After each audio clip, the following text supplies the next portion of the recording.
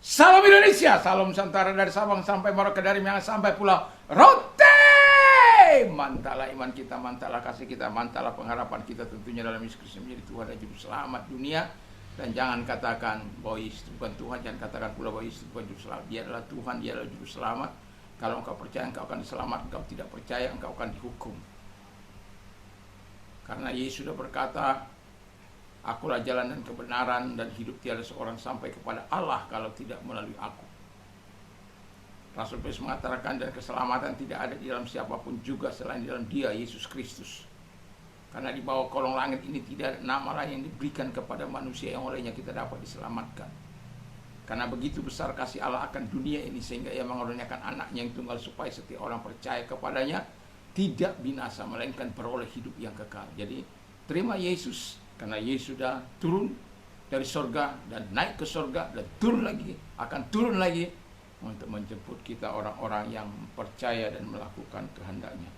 Puji nama Tuhan, semoga kekuatan Tuhan, kekuatan firman, kekuatan Roh Kudus, kekuatan iman, kekuatan doa menyertai setiap kita sehingga kita tetap kuat dalam kehidupan dalam menjalani hari ini. Tuhan Yesus memberkati. Sebelumnya mari kita berdoa. Kami yakin Kau yang menuntun hidup kami selamanya. Dalam nama Yesus, haleluya. Kami bersyukur dan berdoa. Haleluya, amin.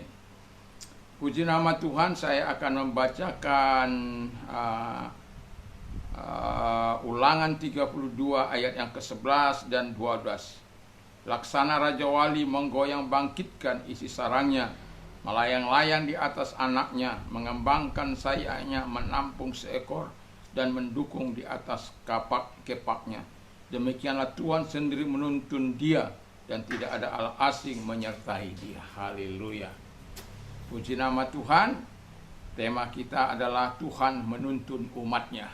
Ya, masih sekitar Tuhan yang kemarin saya berkata Tuhan penolong yang sesungguhnya dan Tuhan adalah kekuatan umatnya. Sekarang Tuhan menuntun umatnya. Atau Tuhan penuntun umatnya. Ya. Dan seperti ayat yang dibaca tadi, kita lihat bagaimana di ayat yang ke-12, demikianlah Tuhan sendiri menuntun dia. Jadi Tuhan sendiri dikatakan yang menuntun dia. Jadi dalam kehidupan ini sebagai orang yang percaya, kita umatnya, bukan yang lain menuntun kita, bukan hikmat kita, bukan kecerdasan kita, bukan pengetahuan kita, bukan kekuatan kita, bukan kehebatan kita yang menuntun kita. Yang menuntun kita itu Tuhan sendiri. Karena apa? Kita tanpa Tuhan tidak ada apa-apanya. Kita tanpa Tuhan akan terhilang. Dan Allah tidak ingin engkau terhilang. Itu sebabnya pemazmur dalam Mazmur 119 ayat yang ke 176 dikatakan, I have astray like a lost sheep.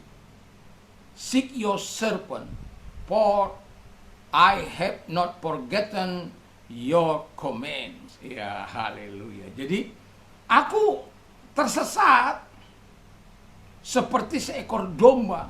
Carilah aku Tuhan. Karena aku tidak melupakan, ya, tidak melupakan perintah-perintahmu. Ada sedikit kontradiksi di sini. Dia tersesat, tapi dia tidak melupakan. Tapi Tuhan disuruh mencari dia. Ya, kenapa nggak kembali saja?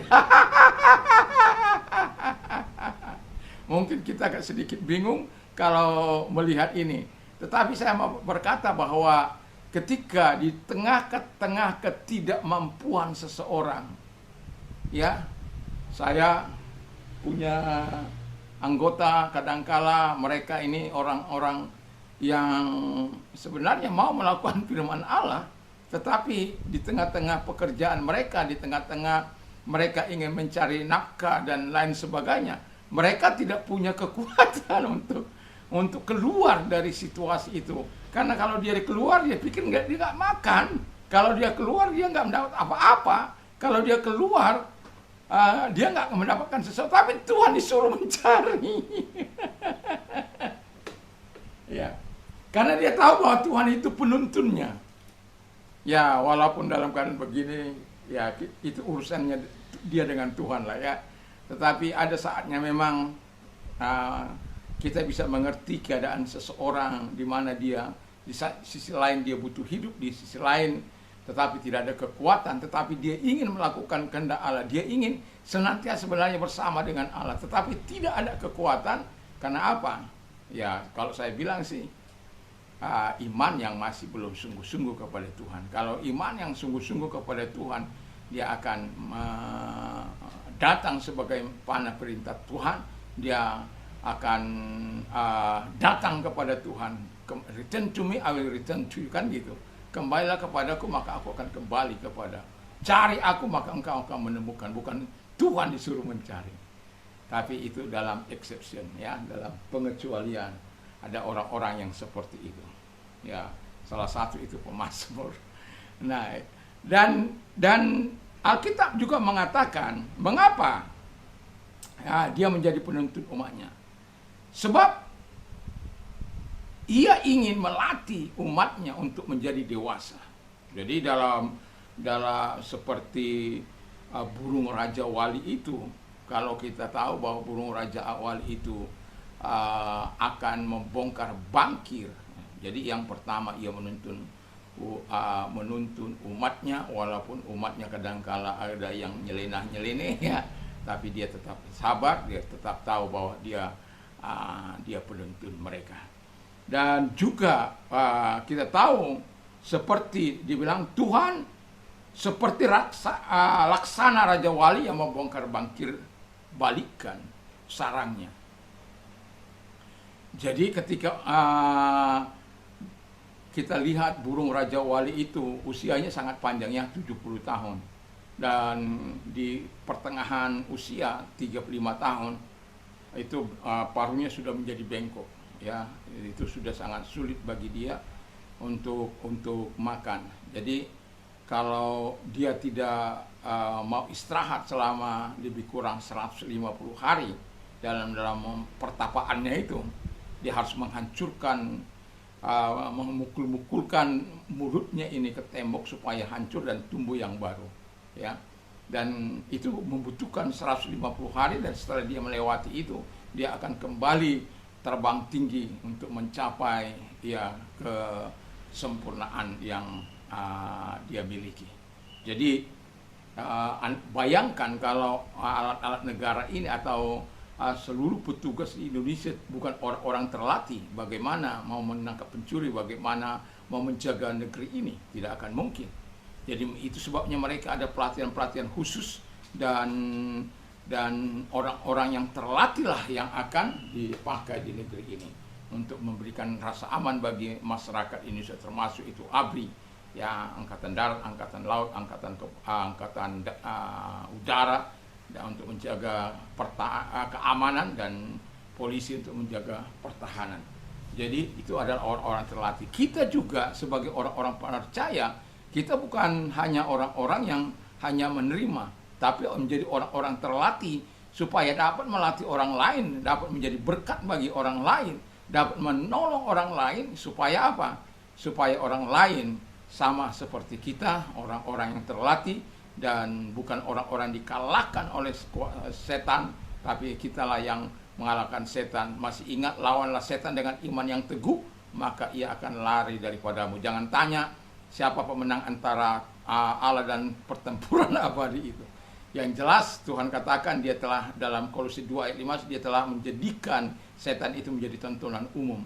Jadi dia tidak akan mungkin bisa menang, dan dia akan mengalami penghukuman yang kekal. Tapi sebelum itu, sampai kepada kekekalan itu, dia ingin mencari teman sebanyak-banyaknya. Dan teman yang dicarinya itu adalah orang-orang yang tidak terlatih, orang-orang yang hanya pasrah dan tidak terlatih dalam iman, dan itu akan menjadi sahabatnya. Dan itu sebabnya saya mengatakan, sebagai orang percaya, jangan biarkan dirimu menjadi orang-orang tidak terlatih dalam iman, karena kalau engkau tidak terlatih, setanlah yang akan menguasaimu. Jadilah menjadi murid-murid yang terlatih, yang diberkati oleh Tuhan. Ketika ialah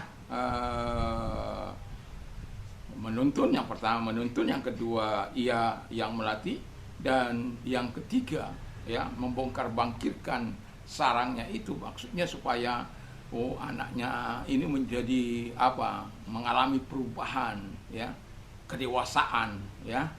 Kita lihat bagaimana burung itu kalau dia membongkar bangkir sarangnya itu kan ada anaknya di situ. Tentu itu dia tidak ingin anaknya itu menjadi tidak mau melakukan aktivitasnya. Kalau dia tidak belajar terbang, dia akan seperti itu terus dan akan lumpuh. Dan itu sebabnya dia membongkar bangkir supaya anak-anaknya ini yang tadinya tidak mau terbang menjadi apa istilahnya, menjadi dewasa dan mengalami perubahan dan kemudian bisa terbang ya. Demikian anak-anak Tuhan ya, kalau Tuhan menjadi penuntunnya harus siap diobrak-abrik Tuhan. Maksudnya supaya kita dalam obrak-abrik itu, apakah kita lari kepada setan, apakah kita lari kepada Tuhan, apakah kita mengandalkan Tuhan, apakah mengandalkan setan. Nah, ketika kita orang-orang yang terlatih tadi, yang diobrak-abrik oleh Tuhan itu, nggak mungkin kita lari kepada setan, pastilah lari kepada Tuhan. Dan kita akan mengalami terus kesempurnaan daripada Tuhan, sebab Tuhan katakan, hendaklah kamu sempurna sama seperti Bapamu adalah sempurna. Jadi perubahan yang dari dalam ini, kenos yang dari dalam ini harus mengalami, di mana Yesus menjadi raja di situ, menjadi Tuhan dalam hidup kita, dalam pemikiran kita, dalam perkataan kita, dan Yesus yang mengontrol kehidupan kita dengan sepenuh hati kita. Dengan tanpa alasan apapun, Yesus harus menjadi raja di atas kehidupan kita. Dan yang terakhir, yang keempat ialah Ia yang memberi kendaraan kemenangan. Jadi kalau kita sudah mengalami pelatihan, mengalami kedewasaan, lalu kemudian kita akan mengalami kemenangan. Ia yang memberikan kendaraan kemenangan. Jadi dengan firman-Nya, dengan Roh Kudus yang dianugerahkan kepada kita, itu sebagai kendaraan kita untuk menuju kepada kemenangan, sehingga kita tidak lagi melakukan kehendak daging, keinginan mata, keangkuhan hidup, tapi kita lakukan keinginan-keinginan Tuhan, karena Dia telah memberikan kita kendaraan kemenangan melalui firman yang kita miliki, melalui Roh Kudus yang Dia berikan di hati kita, di hidup kita, dan Tuhan berdiam dalam hidup kita. Itu kan kendaraan kita untuk menuju kepada kemenangan dan menaklukkan iblis. Kalau kita tidak memiliki kendaraan kemenangan, firman Tuhan dalam hidup kita, kita tidak akan bisa. Itulah sebabnya saya katakan, mari kita memperkatakan firman Allah. Memang yang alami dulu datang, tapi kemudian yang akan rohani ya. Dan kalau firman Allah katakan, I can do all things through Christ who strengthen me. Aku dapat melakukan segala sesuatu, segala hal melalui Kristus yang memberikan kekuatan kepadaku. Itu sebabnya ketika kita mengalami banyak pencobaan, di mana setan mencoba mengalahkan kita, kita harus datang kepada Tuhan. Dan seperti Paulus, segala perkara dapat kutanggung di dalam Dia yang memberikan kekuatan kepadaku. Haleluya. Artinya kemenangan akan menjadi bagian kita, dan kita tidak akan pernah menyerah kepada si iblis, dan kita akan hancurkan pekerjaannya. Dan kita, ketika Tuhan menjadi penuntun kita dan membiarkan Dia betul-betul menuntun kehidupan Dia sendiri, tidak ada yang lain ya, hanya Dia yang kita biarkan. Lalu kemudian kita tahu kita menjadi orang-orang yang terlatih dalam Tuhan, dan juga mengalami pembaharuan yang dikerjakan oleh Tuhan, dan juga Dia memberikan kendaraan kemenangan bagi kita. Doa dan harapan saya, kita adalah orang-orang yang betul-betul mengalami kemenangan dari Tuhan, dan kita mengalami apa yang disebut mengalami penuntunan dari Tuhan di dalam segala situasi kita. Sebagaimana firman Allah, ya, bagaikan seekor raja wali yang melatih anaknya, yang mendewasakan anaknya, yang membuat anaknya mengalami kemenangan. Karena apa? Dia tidak ingin anak-anaknya itu mengalami, ya, istilahnya menjadi tidak dewasa, tapi dia ingin anak-anaknya itu sama seperti dia, yang siap melawan angin dan siap menerkam musuh-musuhnya atau menerkam mangsanya. Puji nama Tuhan. Tuhan Yesus memberkati kita. Mari kita tunduk kepala kita berdoa. Terima kasih Tuhan, biarlah firman-Mu menolong kami sehingga kami mengerti bahwa tuntunan Tuhan yang sebenarnya kadang unik, tetapi disitulah keindahannya. Terima kasih. Kalau Engkau sakit, saya mau berdoa bagi Anda.